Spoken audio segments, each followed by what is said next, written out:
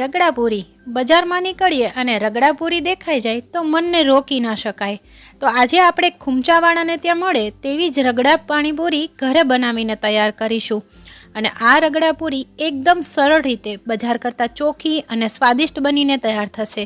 એકવાર મારી આ રીતથી જો તમે રગડા પાણીપુરી ઘરે તૈયાર કરી લીધી તો બીજી વાર ક્યારેય પણ રગડા પાણીપુરી માટે બજારમાં જવાનું પસંદ નહીં કરો. અને જો એકવાર મારી આ રીતથી તમે રગડા પાણીપુરી બનાવી લીધી તો 100% રગડાપુરી તો ઓછી જ પડવાની છે. તો ચલો શરૂ કરીએ રગડા પાણીપુરી બનાવવાની રેસીપી. એના માટે મેં અહીંયા 1 કપ જેટલા સફેદ વટાણા લીધા હતા. વટાણાને મેં ઓવરનાઇટ પલાળી દીધા હતા. ઓવરનાઇટ અથવા તો 7 થી 8 કલાક માટે તમે વટાણાને પલાળવાના. અને જો તમારે ઉતાવળ હોય તો 3 થી 4 કલાક માટે ગરમ પાણીમાં વટાણાને પલાળી દેવાના. વટાણામાંથી પાણી કાઢી અને વટાણાને આપણે કુકરમાં ઉમેરી દઈશું. અને હવે આપણે એની અંદર 1.5 કપ જેટલું પાણી ઉમેરીશું, 1/4 ટીસ્પૂન જેટલો હળદર પાવડર અને 1/2 ટીસ્પૂન જેટલું નમક ઉમેરી ઢાંકણ બંધ કરી મીડિયમ ફ્લેમ પર આપણે 6 વિસલ કરી લઈશું. તો 6 થી 7 વિસલ કરી લેવાની. વટાણા આ રીતના એકદમ સરસ મેશ થાય એવા બફાઈ જવા જોઈએ. જો વટાણા આટલી સરસ રીતે ના બફાણા હોય તો એકાદ વિસલ તમારે વધારે કરી લેવાની. હવે વટાણાને આ રીતે સ્ટ્રેનરમાં ઉમેરી અને એનું બધું જ એક્સ્ટ્રા પાણી આપણે નિતારી લઈશું. આ પાણીને આપણે બિલકુલ નહીં ફેંકીએ, એનો આપણે આગળ ઉપયોગ કરીશું. હવે આપણે એક મિક્સિંગ બાઉલ લઈશું. એની અંદર આપણે 6 થી 7 મીડિયમ સાઇઝના બટેકાને પહેલેથી જ બાફીને લીધા હતા, તેને ઉમેરીશું. અહીંયા બટેટાને મેં 2 કલાક પહેલાં બાફી લીધા હતા, જેથી આપણું સ્ટફિંગ છે બિલકુલ ચીકણું ના પડે. અને બટેટા સરસ ઠંડા થઈ ગયા હશે એ બટેટામાંથી સ્ટફિંગ બનાવો એટલે ક્યારેય પણ ચીકણું નથી બનતું. તો બટેટાને સારી રીતે મેશ કરી લીધા બાદ આપણે એની અંદર બાફેલા વટાણા ઉમેરી દઈશું. અને હવે વટાણાને પણ સારી રીતે મેશ કરી લઈશું. તો હવે આપણે મસાલા કરીશું. મસાલામાં આપણે 1/4 ટીસ્પૂન જેટલો હળદર પાવડર, 1 ચમચી જેટલું ધાણા જીરું પાવડર, 1/4 ટીસ્પૂન જેટલું લાલ મરચું પાવડર અને 1/2 ટીસ્પૂન જેટલો ગરમ મસાલા પાવડર અને 1/2 ટીસ્પૂન જેટલો સંચળ પાવડર અને 1/2 ટીસ્પૂન જેટલો ચાટ મસાલો ઉમેરીશું. અને સાથે જ અહીં 1 ચમચી જેટલી આપણે આદુ મરચાંની પેસ્ટ ઉમેરીશું. તો અહીંયા 2 મરચાં અને 1 ઇંચ આદુના ટુકડાને મિક્સર જારમાં ક્રશ કરી લીધા હતા. અને સાથે જ આપણે 1/2 ટીસ્પૂન જેટલું નમક ઉમેરીશું અને 2 થી 3 ટેબલ સ્પૂન જેટલા લીલા ઝીણા સમારેલા ધાણા ઉમેરી એકદમ સરસ મસાલાને સારી રીતે મિક્સ કરી લઈશું.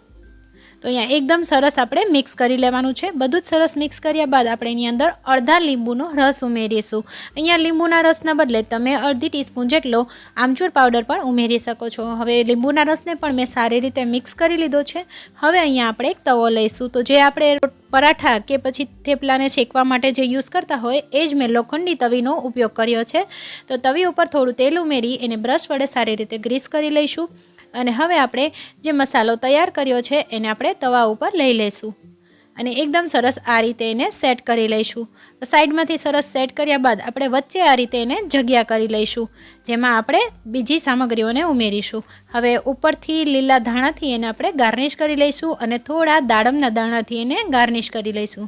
તો અહીંયા રગડાનું ગાર્નિશિંગ તો થઈ ગયું છે. હવે આપણે એને ગેસ ઉપર લઈ લઈશું અને જે આપણે વટાણાનું પાણી બચાવ્યું હતું એ પાણીને આપણે 2 ચમચા જેટલું આની અંદર ઉમેરીશું અને સાથે 1 ચમચા જેટલું આપણે આમલીનું પાણી ઉમેરીશું અને 1 ચમચા જેટલું આપણે ફુદીનાનું પાણી ઉમેરી અને સારી રીતે મિક્સ કરી અને સાઈડમાંથી આ રીતે રગડાને ઉમેરીશું. તો જે આપણે રગડાનું સ્ટફિંગ છે એને આપણે સાઈડમાંથી આ રીતે નીકાળી અને આની અંદર ઉમેરવાનું છે, જેથી એકદમ સરસ ઘટ રગડો તૈયાર થાય.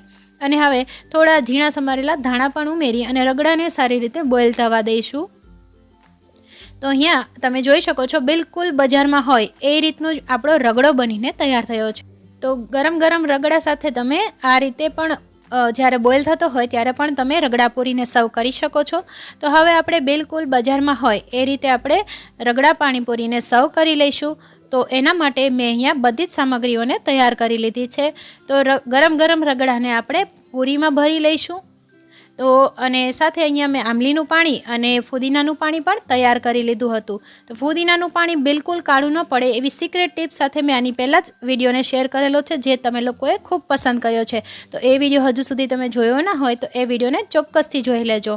અને અહીંયા આપણી રગડા પાણીપુરી બનીને તૈયાર થઈ ગઈ છે. તો આવે છે ને આ રગડા પાણીપુરીને જોઈને તમને પણ મોઢામાં પાણી તો તમે પણ એકવાર ચોક્કસથી આ રીતે રગડા પાણીપુરી ઘરે બનાવીને ટ્રાય કરજો. મને કોમેન્ટ સેક્શનમાં તમારો અનુભવ જરૂરથી શેર કરજો અને રેસિપી ગમી હોય તો વિડીયોને લાઇક અને શેર કરી મારી ચેનલ મિતુસ કુકબુકને સબસ્ક્રાઈબ કરવાનું બિલકુલ ના ભૂલતા. ફરી મળીએ નવા વિડીયો સાથે. ત્યાં સુધી થેન્ક્સ ફોર વોચિંગ.